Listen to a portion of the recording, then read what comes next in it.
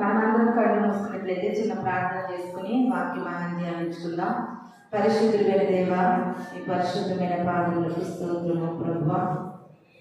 ఈ ప్రాముఖ్యమైన సమయంలో దీని దాసురాలుగా నీ సన్నిధిలో నేను నిలబడి ఉంటుండగా నన్ను పూర్తిగా నీ శిలువ చేత మరుగు చేసుకుని మాకు కావలసిన వర్తమానంతో మమ్మల్ని బలపరిచి మా హృదయములను దర్శించి ప్రభువా, నీ తట్టు నీ వైపు ప్రభా పూర్తిగా తిరిగి నీ రాకడికి ఆయుధపరచబడే భాగ్యాన్ని మాకు దయచేయమని, ప్రతి ఆటంకాలను తొలగించండి, సమస్తాన్ని మీ స్వాధీన ఆధీనంలో నడిపించమని త్వరగా రాబోతున్న యేసు పరిశుద్ధ నామంలో అడిగి వేడుకుని ప్రార్థిస్తున్నాను తండ్రి, ఆమేన్. ఈ చక్కటి సమయం ఇచ్చినటువంటి దేవాది దేవుని వందనాలు. కుడి వచ్చిన మీ అందరికీ కూడా నా వందనాలు చెల్లిస్తున్నాను. వాక్య భాగాన్ని చదువుకుందాం. పేతురు రాసినటువంటి మొదటి పత్రిక 2వ అధ్యాయము 21వ వచనాన్ని చదువుకుందాం. క్రీస్తు కూడా మీ కొరకు బాధపడి మీరు తన అడుగు జాడలేదు నడుచుకున్నట్టు మీకు మాదిరి ఇచ్చిపోయిన చాలా. మనం చదువుకున్నటువంటి వాక్య మార్గంలో క్రీస్తు కూడా ఎవరి కొరకు బాధపడ్డారంటే మన కొరకు, మీ కొరకు బాధపడి ఎందుకు బాధను అనుభవించవలసిందంటే మనమందరం కూడా ఆయన అడుగు జాడలి అందు నడుచుకున్నట్లుగా మనకి మాదిరి ఉంచి వెళ్ళిపోయారట. ఏముంచి వెళ్ళిపోయారు? మాదిరి ఉంచి వెళ్ళిపోయారట. నిజంగా క్రైస్తవ్యము విస్తరిస్తుంది, క్రైస్తవ్యము అభివృద్ధి చెందుతుంది అని చాలా సంతోషం అనిపిస్తూ ఉంది. కానీ నిజంగా క్రైస్తవ్యం ఎంత వృద్ధిలోకి వస్తే ఎంతమంది క్రైస్తవులలో ఎంతమంది దేవుని యొక్క రాజ్యానికి చేరతారనేది ఒక ప్రశ్నగా ఈ కాలాన్ని మిగిలిపోయింది. ఎందుకంటే ప్రియమైన దేవుని సంగమ, క్రీస్తు మన కొరకు బాధపడ్డారు. ఎందుకంటే మనము క్రీస్తు వలె మారాలని, ఆయనలాగా జీవించాలని ఆయన మనకి మాదిరి నుంచి వెళ్ళిపోయారు. మాదిరి అంటే ఏంటి?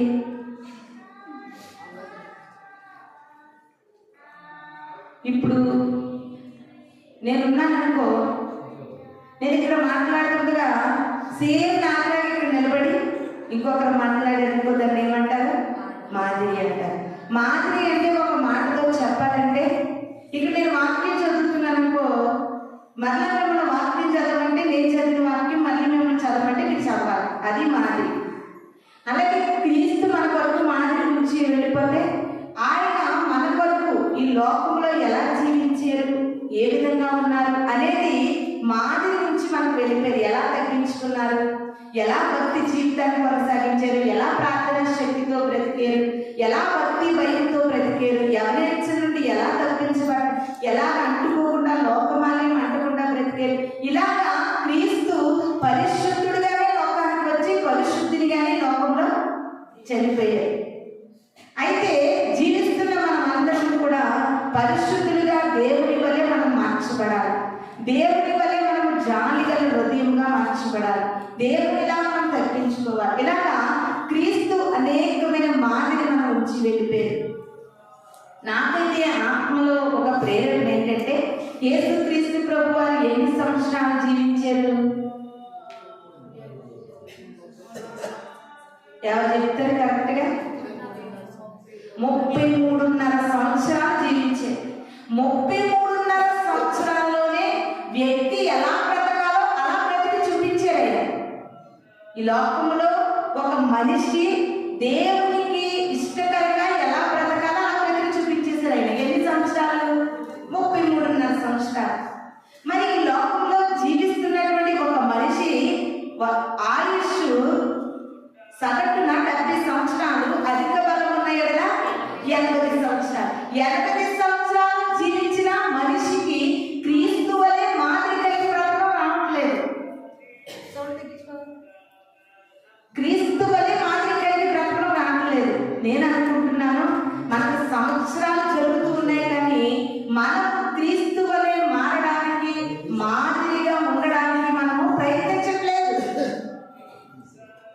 నిజంగా ఒక్కొక్కసారి మనసు చాలా కష్టం అనిపిస్తుంది. ఏంటంటే క్రైస్తవ్యం అంటే ఒక వ్యక్తికి ఏమర్థమైందంటే దేవుడు నమ్ముకోవడం. ఎలా నమ్ముకోవాలి?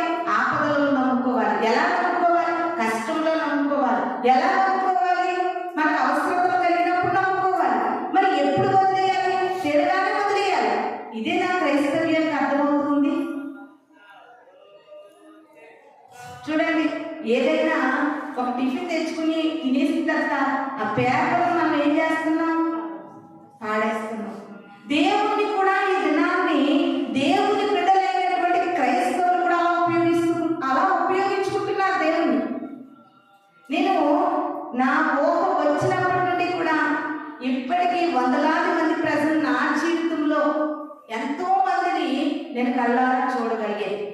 ఎందుకంటే యేసుక్రీస్తుని దేవాది దేవుని మనము ఎలా ఉపయోగించుకుంటున్నామంటే మనకు ఉపయోగకరంగా ఉన్నంతసేపు ఉపయోగించుకుంటున్నాం. ఆ తర్వాత దేవుని ఉపయోగం మనకు చాలు అనేటప్పుడు ఆయన పక్కన పెడుతున్నాం. అది కాదండి క్రైస్తవ జీవితం. దేవుని నువ్వు ఎలా ఉపయోగించుకోవాలి, దేవుని కొరకు నువ్వు ఎలా బ్రతకాలంటే అంతవరకు కూడా నమ్మకంగా బ్రతకాలి. అంతవరకు నమ్మకంగా బ్రతికిన వాళ్ళే పరలోక రాజ్యం. అలా నమ్మకంగా నువ్వు బ్రతకాలంటే నువ్వు ఒక మాదిరిగా బ్రతకాలి దేవునికి. ఎక్కడుంది మనకు మాదిరి? నేను క్రైస్తవునే అనే మాదిరి మనకు ఎలా కనిపిస్తుంది? మనం జీవించే చోట, మనం బ్రతికే చోట, మన కుటుంబంలో, మన సంఘంలో, మన పరిసర ప్రాంతాల్లో నేను క్రీస్తు వలె జీవించగలుగుతున్నాను అనే మాదిరి ఏదైనా మనకు ఉందనే ధైర్యం ఎవరిలోనే ఉందా? ఎక్కడ కనబడతలేదు ప్రియమైన దేవుని సంగమా. మరి ఎంతమంది కోట్ల మంది ప్రజలు క్రైస్తవులుగా మారినప్పటికీ కూడా దేవునికి ఉపయోగకరం ఏమైంది? ఉపయోగం లేనివాడంట ఉన్నా ఉంటే లేకపోయినా ఉంటేనని సామెత మాత్రం బాగా చెప్తావు. కానీ నువ్వు దేవునికి ఎంత ఉపయోగకరంగా ఉన్నావు? ఈ దినాన్ని ఒక క్రైస్తవ జీవితాన్ని జీవిస్తున్నటువంటి నీవు దేవుని కొరకు మాదిరిగా నువ్వు బ్రతికితే అనేక ఆత్మలను పట్టుకుంటావు. అనేక ఆత్మలను దేవుని కొరకు నువ్వు పట్టుకుంటావు. పేతురు గారితో దేవుడు అంటున్నాడు, ఇప్పుడు వరకు నువ్వు చేపలే పట్టుకున్నావు కానీ నేను మనుష్యులు పట్టుకునే జానరుగా చేస్తాను. జానరుగా చెయ్యాలంటే నాకు మాటలు చెప్పడం ముఖ్యం కాదు, మాదిరికరమైన జీవితం నీలో నాలో ఉండకపోతే మనము యేసుక్రీస్తు నమ్ముకున్నామని చెప్పుకున్నట్లో కూడా సిగ్గు కలుగుతుంది. ప్రియమైన దేవుని సంగమా, ఏది మన నోటి మాట మాదిరి ఉందా? మన కంటి చూపు మాదిరి ఉందా? మనం వేసే అడుగులో మాదిరి ఉందా? మనం జీవించే జీవితంలో ఒక మాదిరి ఉందా? ఆయన మీ కొరకు బాధపడారు. ఎందుకో తెలుసా? మీరు ఆయనకు మాదిరిగా బ్రతుకుతారని బాధపడ్డారని పేతురు గ్రంథంలో, పేతురుగా రాసిన పత్రికలో మనకు తెలియజేయబడుతూ ఉంది. క్రీస్తు మీ కొరకు బాధపడ్డాడు. ఎందుకో తెలుసా? మీకు మాదిరి నుంచి వెళ్ళారైనా. అటువంటి దేవుని కొరకు నీ జీవితంలో ఏ మాదిరి కనబడతా ఉంది? ఈమె దేవుని నమ్ముకున్నది అనేటటువంటి ఒక్క విషయంలోనైనా దేవుని కొరకు ఒక మాదిరికరమైన బ్రతుకు నీలో ఉందా? దేవుని సంగమా, ఇలాంటి జీవితం కనుక మనలో లేకపోతే మన క్రైస్తవ్యము వ్యర్థం అని ఈ దినాన్ని చెప్పడంలో నేను ఏమాత్రం కూడా సందేహించట్లేదు. నువ్వు క్రీస్తుని ఎందుకు నమ్ముకున్నావంటే నువ్వు క్రీస్తుని మాదిరిగా బ్రతకడానికి నమ్ముకో. క్రీస్తుని నువ్వు ఎందుకు నమ్ముకోవాలంటే ఆయన ఎలా ఉంటాడో అలా బ్రతకాలని.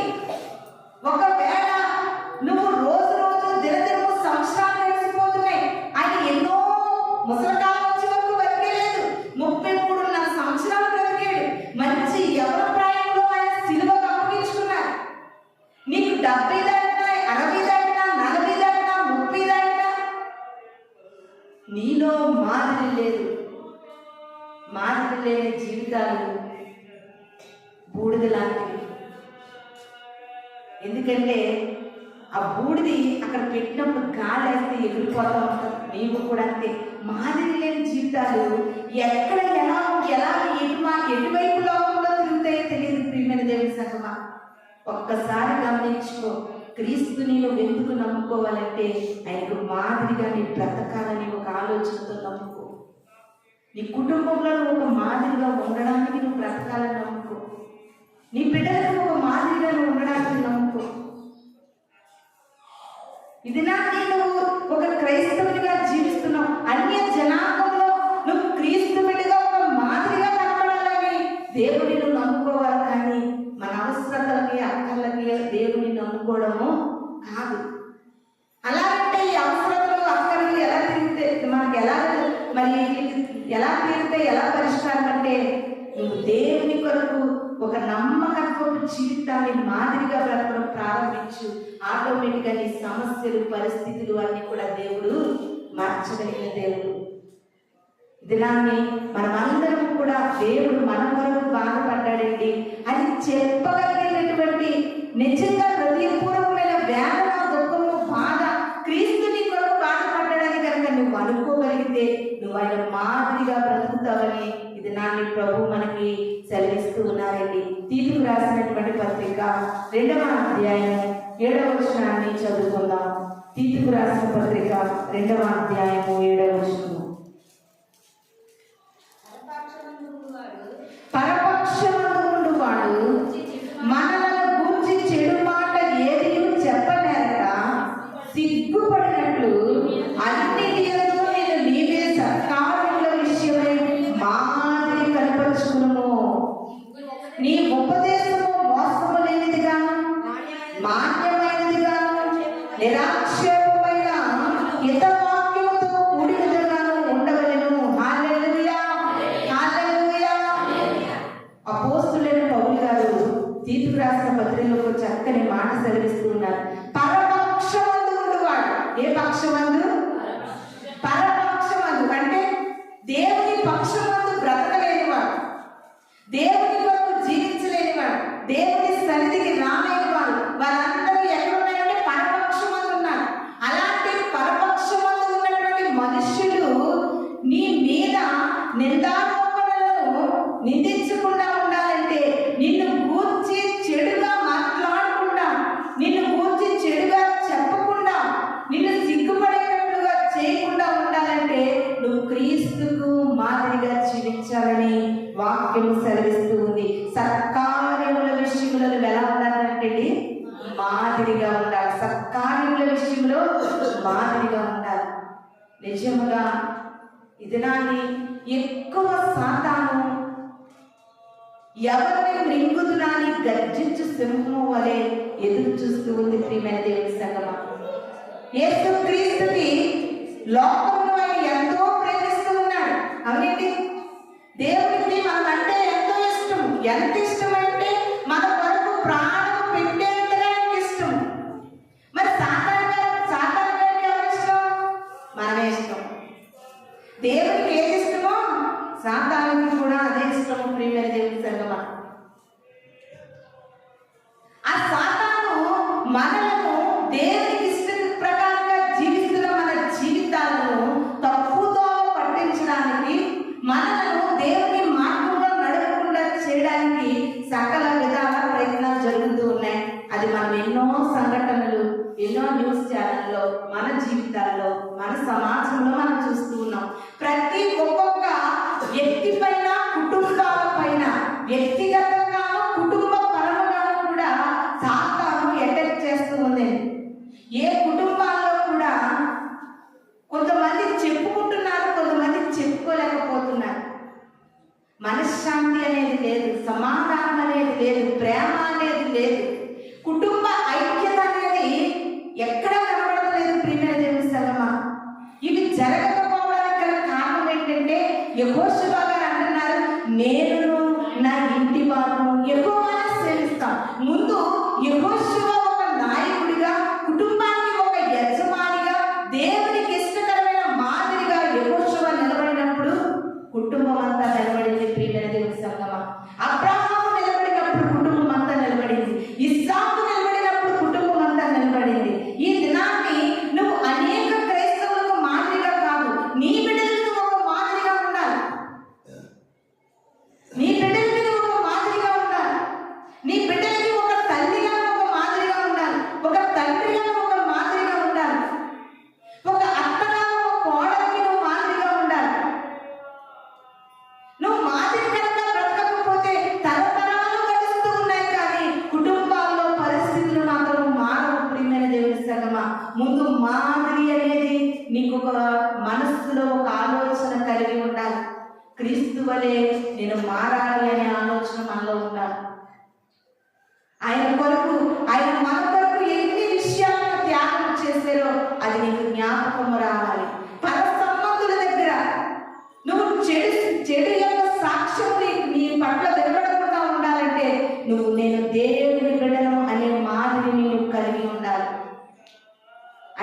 మాదిరి నీకు ఉన్నప్పుడే ఆయన నీ కొరకు ఎందుకు బాధపడ్డారనేది నీకు అర్థమవగలుగుతుంది. దేవుడు సంతోషించగలుగుతారు.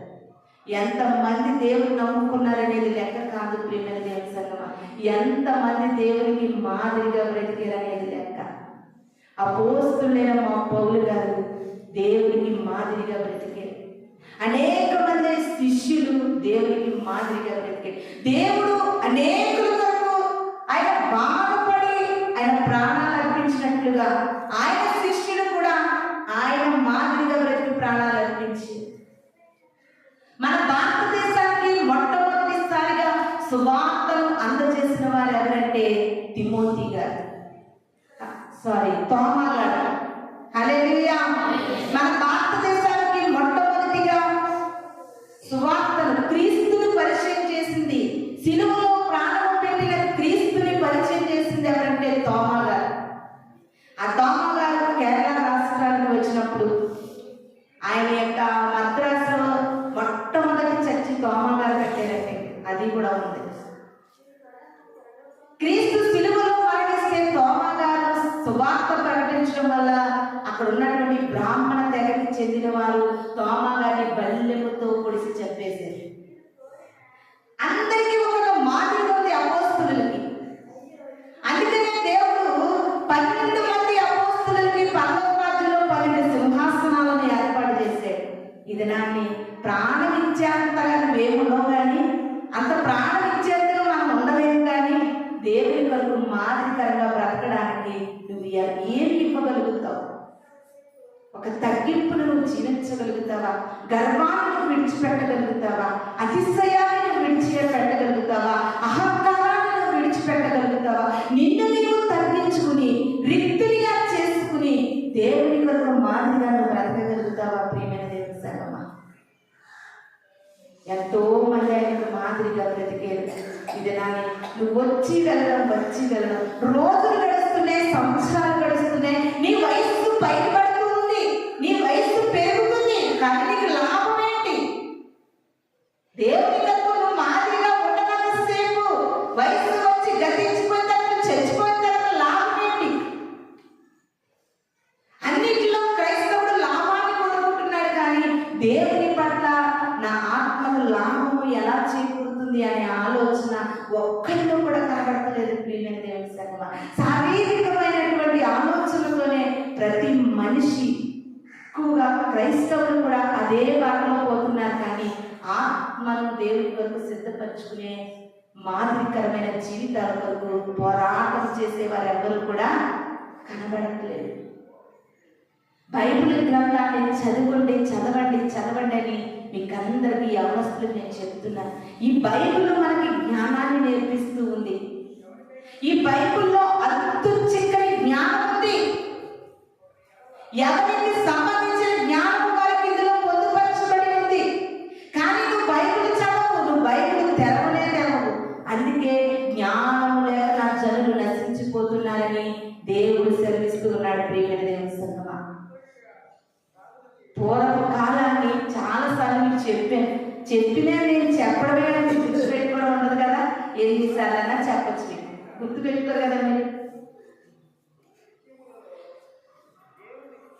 1811వ సంవత్సరంలో స్కాట్లాండ్ దేశంలో జూన్ 7వ తారీఖున జేమ్స్ సిప్సన్ అనే వ్యక్తి జన్మించాడంటే ఆ వ్యక్తి జననము ప్రపంచాన్ని ఒక గొప్ప మాదిరి నుంచి వెళ్ళింది. ఏంటో తెలుసండి, ఆ యొక్క వ్యక్తి డాక్టర్ కోర్స్ చేసి డాక్టర్ చదువుకుని అందరికీ వైద్యాన్ని అందిస్తూ ఉంటుండగా ఒక ఎముకలు ఇరిగిపోయినా, ఏదైనా మన శరీరంలో ఏదైనా లోపం ఉంటే, ఒక అవయవం చెడిపోతే అవయవాన్ని తీసివేయాలంటే ఆపరేషన్ చేయాలి. అలాంటి ఆపరేషన్లు చేస్తూ ఉండేవారంట. ఎన్నో ఆపరేషన్లు విఫలమయ్యాయంట. ఎందుకంటే ఆయన చేసేటటువంటి వైద్యం చేసేటటువంటి ఆ 1800 సంవత్సరంలో ఎవ్వరూ కూడా మత్తు అనేది కనిపెట్టలేదంటే ప్రపంచంలో. మత్తు లేకుండా ఆపరేషన్ చేయించుకుంటుంటే అటు కదిలి ఇటు కదిలి ఇలా లాక్కుని ఆపరేషన్లు సక్సెస్ అయ్యేవి కాదంట. కొంత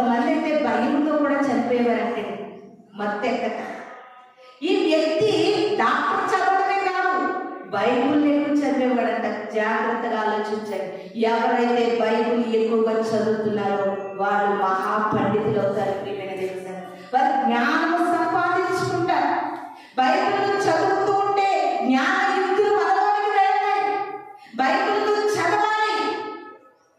ఈ బైబిల్లో చాలా జ్ఞానం ఉంది. అంత డాక్టర్ కోర్స్ చేసిన వ్యక్తి బైబిల్ చదువుతున్నాడంటే మరి మనం ఎన్నిసార్లు బైబిల్ చదవాలో ఆలోచించండి.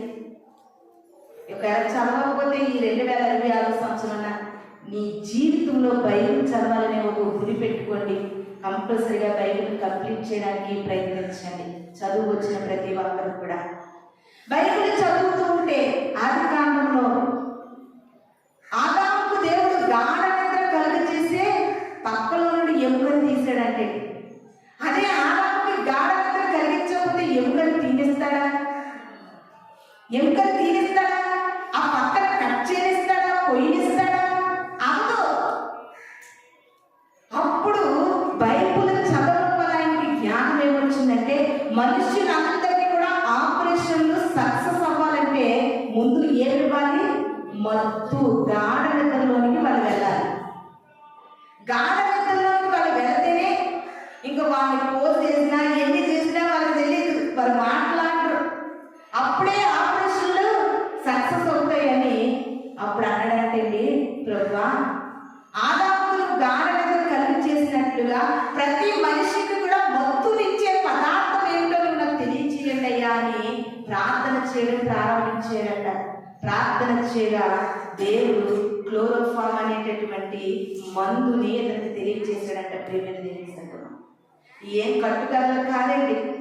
డాక్టర్ చదివిన వాళ్ళకి ఇవన్నీ తెలిస్తే ఈ మందు ఎలా వచ్చింది, ఇది ఎవరు కనిపెట్టే, ఈ మెడిసిన్ ఎలా వచ్చింది, ఎవరు కనిపెట్టే, దీనికి ఎవరు మూల పితామహుడు ఎవరైనా తెలుస్తుంది. ఇవేం కట్టుకథలతో మిమ్మల్ని ఆకర్షించాలనే ప్రయత్నం మాత్రం కాదు. ప్రేమైన దేవుని సంగమా, ఆ తర్వాత క్లోరోఫామ్ని కలుపుకుని ప్రజలకు మత్తు మందునిచ్చి ఆపరేషన్ చేస్తుంటే అన్ని సక్సెస్ అయ్యాయంట.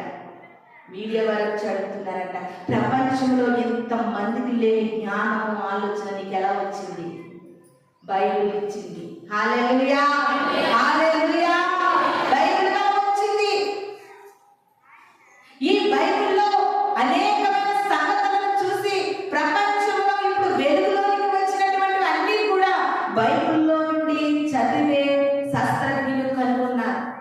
థామస్ అల్వా ఎడిసన్ అనే వ్యక్తి ఈ యొక్క లైటింగ్ కోసం బల్బులు కనుగొన్నాడు.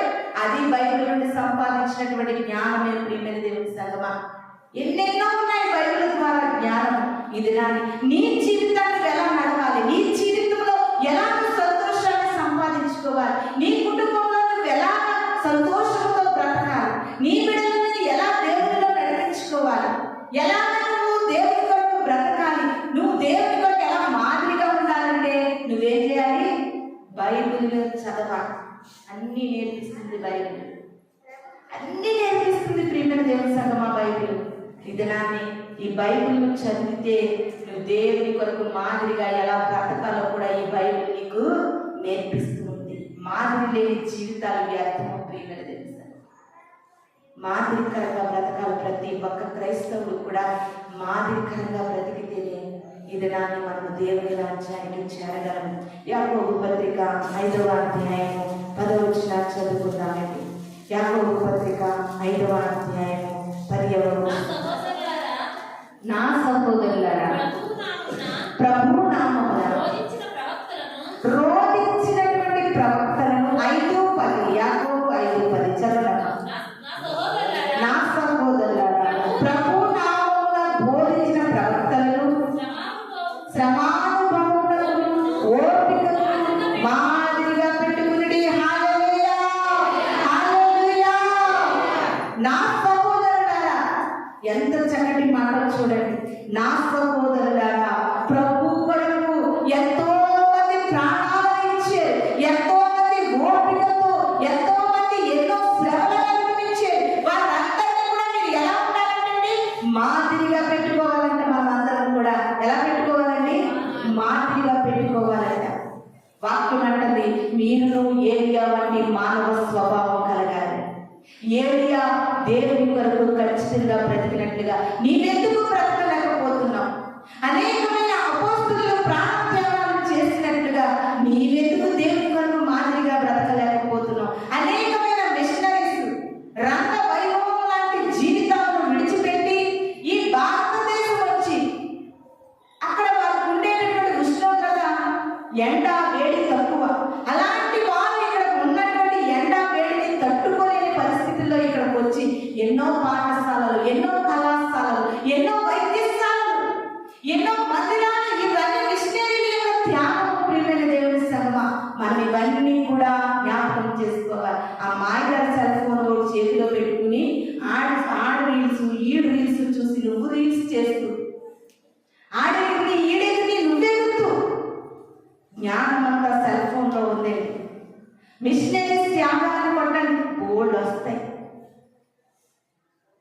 ఎన్నో ఎన్నో ఎన్నో త్యాగాలు మనకంటే నా సహోదరులారా, మీరు దేవుని కొరకు బ్రతికేర్చుడు వారు పడిన శ్రమలను మీరు జ్ఞాపకం చేసుకోండి, వారు పడిన కష్టాలను మీరు జ్ఞాపకం చేసుకుని ఓర్పుతో దేవుని కొరకు మాదిరిగా బ్రతకమని వాక్యం సెలవిస్తూ ఉంది. ప్రియమైన దేవుని సంగమా, అపోస్తులను మాదిరిగా పెట్టుకుని మిషనరీస్ త్యాగాలు చేశారు. ఇది నాన్ని స్త్రీలందరూ కూడా చిన్న పిల్లల్ని, ఆడపిల్లల్ని స్కూల్స్ పంపిస్తున్నారంటే దాని త్యాగం ఎవరిదండి?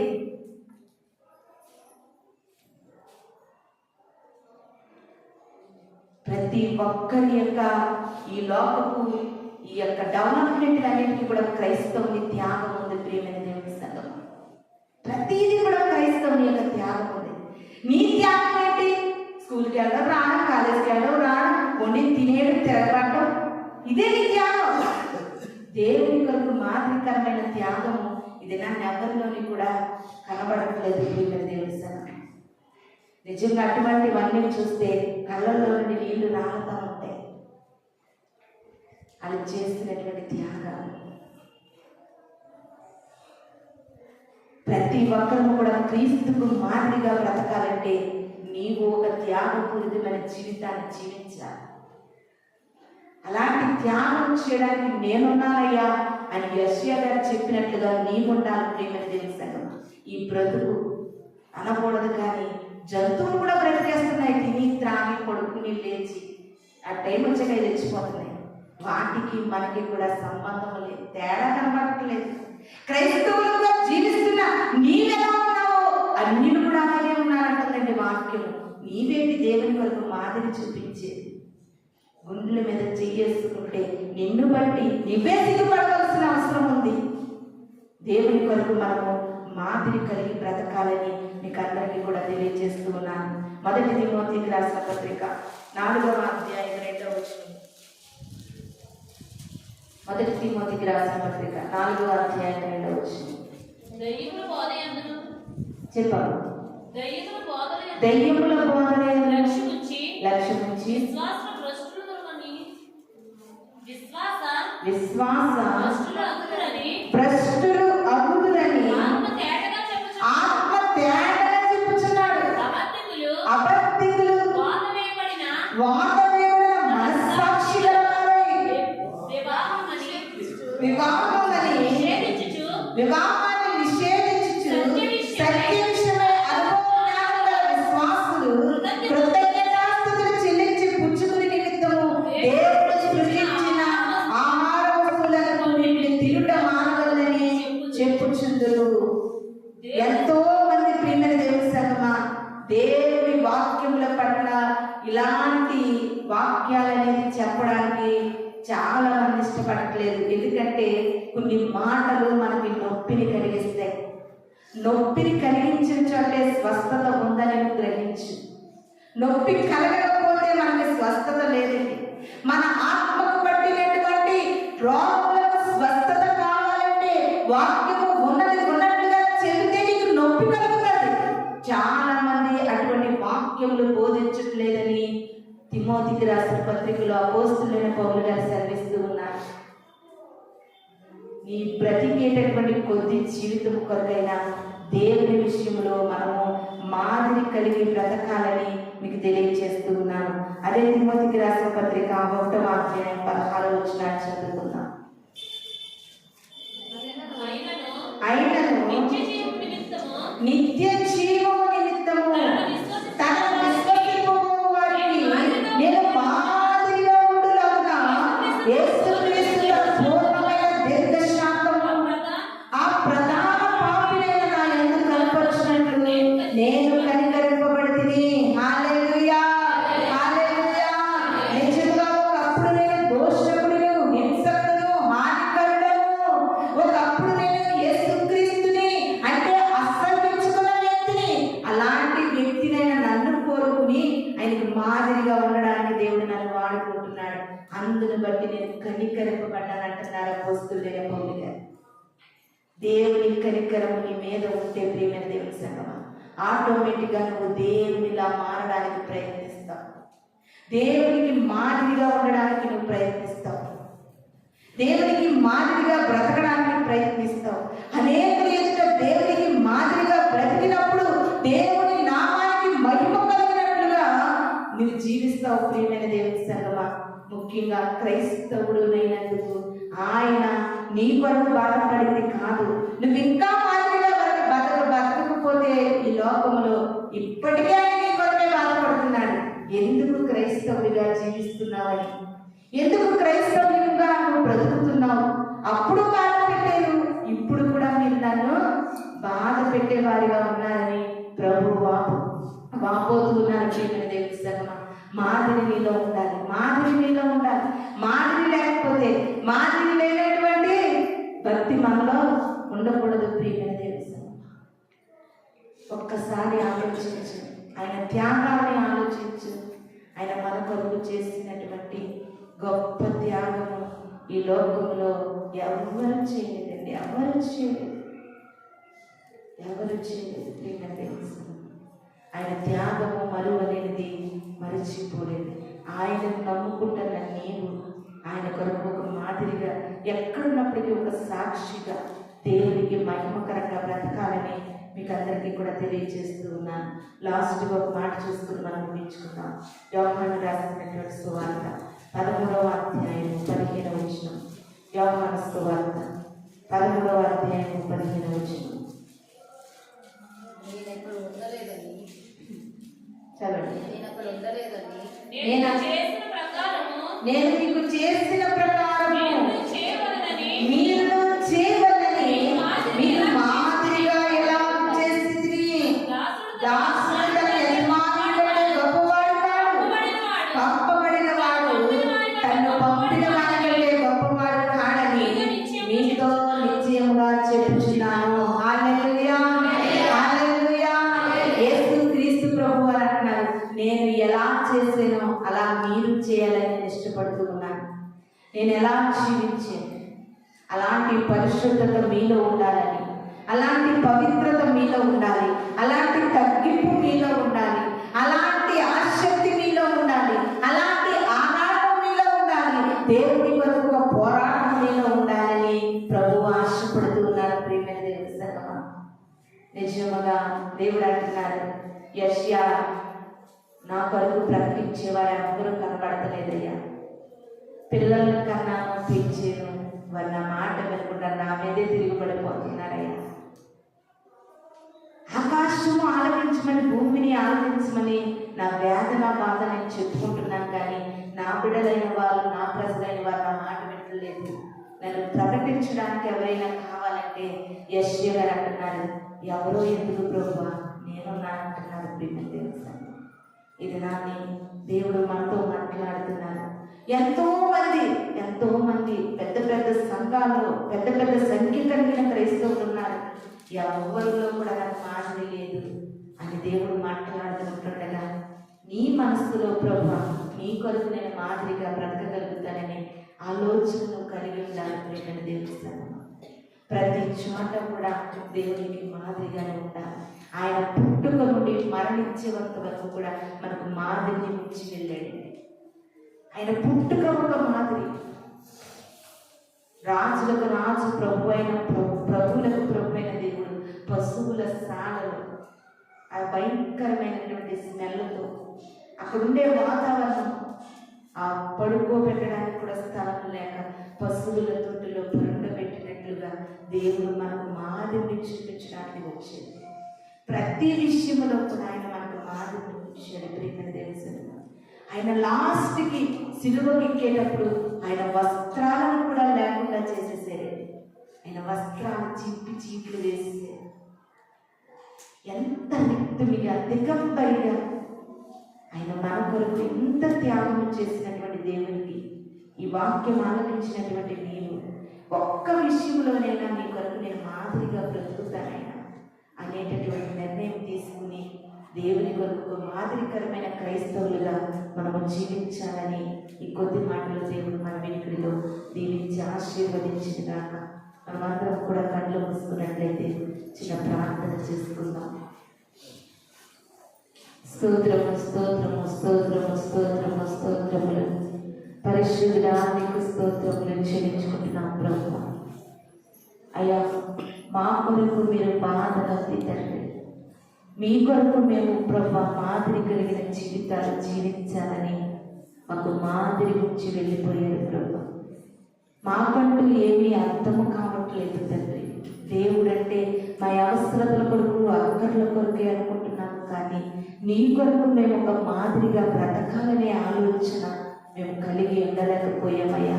అందుకని ఈ దినాన్ని మరొకసారి మాకు మేలు కొలుపును కలిగించి మా హృదయాలను దర్శించావు ప్రభువా. మేము ఎక్కడున్నప్పటికీ నన్ను బ్రతికించిన దేవుడికి నేను మాదిరిగా ఉండాలి, నన్ను నడిపిస్తున్న దేవుడికి నేను మాదిరిగా ఉండాలి, నా పట్ల కార్యం చేస్తున్న దేవుడికి నేను మాదిరిగా ఉండాలని ప్రతి ఒక్కరూ ప్రభువా ఈ వాక్యమును తండ్రి హృదయపూర్వకంగా అంగీకరించి ఆయన ఎక్కడి నుండి ప్రభువా నీ కొరకు మాదిరిగా బ్రతికే జీవితాలు మా అందరికీ కూడా దయచేయమని, విన వాక్యము ప్రతి హృదయంలో నీరు కట్టి ఫలింపచేయమని త్వరలో రాబోతున్న యేసు పరిశుద్ధ నామములో అడిగి వేడుకుని ప్రార్థిస్తున్నాను తండ్రి. ఆమేన్. మీ అందరికీ నా వందనాలు.